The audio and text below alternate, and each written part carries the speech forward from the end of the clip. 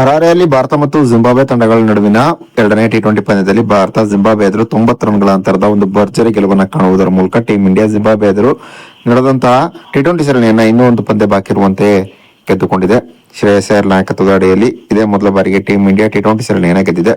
ಶ್ರೇಯಸ್ ಅಯ್ಯರ್ ನಾಯಕತ್ವದ ಅಡಿಯಲ್ಲಿ team India Ireland ಮತ್ತು ಇಂಗ್ಲೆಂಡ್ ಎದುರು ನಡೆದಂತಹ ಟಿ20 ಸರಣಿಯಲ್ಲಿ ಒಂದು ಕಳಪೆ ಪ್ರದರ್ಶನವನ್ನು ತೋರುವುದರ ಮೂಲಕ ಆ ಎರಡು ಸರಣಿಯನ್ನ ಕೂಡ ಸೋತಿತ್ತು. ಆದರೆ ಇದೀಗ ಜಿಂಬಾಬ್ವೆ ಎದುರು ನಡೆದಂತಹ ಟಿ20 ಸರಣಿಯನ್ನ ಗೆಲ್ಲುವುದರ ಮೂಲಕ ಶ್ರೇಯಸ್ ಅಯ್ಯರ್ ನಾಯಕತ್ವದ ಅಡಿಯಲ್ಲಿ ಟೀಂ ಇಂಡಿಯಾ ಮೊದಲ ಬಾರಿಗೆ ಟಿ20 ಸರಣಿ ಗೆದ್ದಂತಹ ಸಾಧನೆಯನ್ನ ಮಾಡಿದೆ.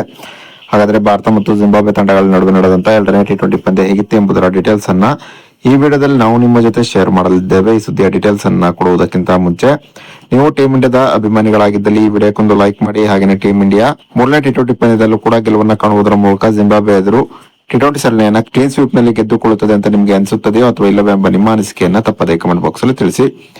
ಹರಾರೆಯಲ್ಲಿ ಭಾರತ ಮತ್ತು ಜಿಂಬಾಬ್ವೆ ತಂಡಗಳ ನಡುವಿನ ಎರಡನೇ ಟಿ20 ಪಂದ್ಯದಲ್ಲಿ ಟಾಸ್ ಅನ್ನು ಗೆದ್ದಂತ ಜಿಂಬಾಬ್ವೆ ಮೊದಲು ಫೀಲ್ಡಿಂಗ್ ಅನ್ನು ಆಯ್ಕೆ ಮಾಡಿಕೊಂಡಿತ್ತು. ಇನ್ನು ಟಾಸ್ ಸೋತು ಮೊದಲು ಬ್ಯಾಟಿಂಗ್ ಇಳಿದಂತ ಭಾರತ ನಿಗದಿತ 20 ಓವರ್ನಲ್ಲಿ 5 ವಿಕೆಟ್ ಅನ್ನು ಕಳೆದುಕೊಂಡು 219 ರನ್ಗಳ ಒಂದು ಬೃಹತ್ ಮೊತ್ತವನ್ನು ಅಪ್ಪೇರಿಸಿತು. ಟೀಂ ಇಂಡಿಯಾದ ಪರವಾಗಿ ಈಶಾನ್ ಕಿಶನ್ ಕೇವಲ 44 ಎಸೆತದಲ್ಲಿ 81 ರನ್ಗಳು ನೋಡಿದರೆ ತಿಲಕ್ ವರ್ಮಾ 29 ಎಸೆತದಲ್ಲಿ